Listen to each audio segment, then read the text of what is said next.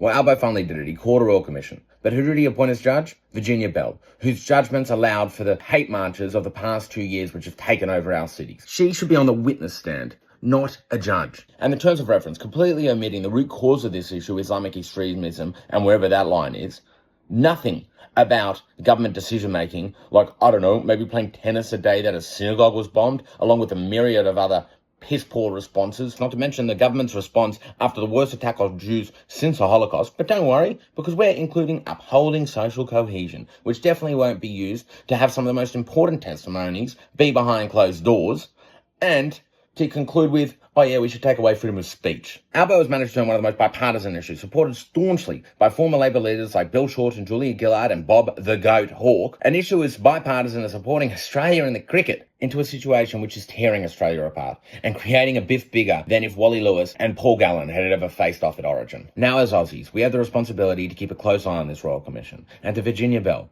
the keys to Australia have been put in your hand, and we can only hope that you have the moral rectitude to appoint the right senior counsel advising the Royal Commission, the person who cross-examines the witnesses, to be the checks and balances to your prior biases and actions.